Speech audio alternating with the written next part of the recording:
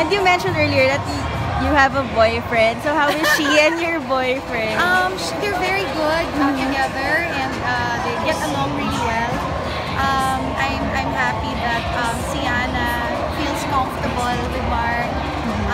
And also Mark din naman, he makes sure na komportable yung anak ko when they're together. So, we're really like... How did you tell her that you're with someone already? Inuunti-unti ko syempre because I wasn't really seeing someone for 7 years. 7 years. Yeah, 6 years. So until finally, I met this guy. So inuunti-unti ko, pinakilala ko sila, and then we go out of town. So there, they got close. So how about you? How were you with your boyfriend? Very happy? Yeah, very happy. He's a very good person. We get along really well. In 15 minutes. Sometimes nga lang because he's very busy, I'm very busy.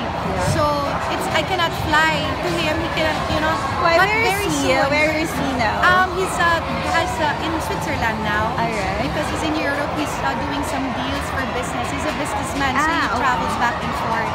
He's a foreigner? Yeah, so What nationality? yeah, soonest he'll be coming back. Alright. So we're very excited.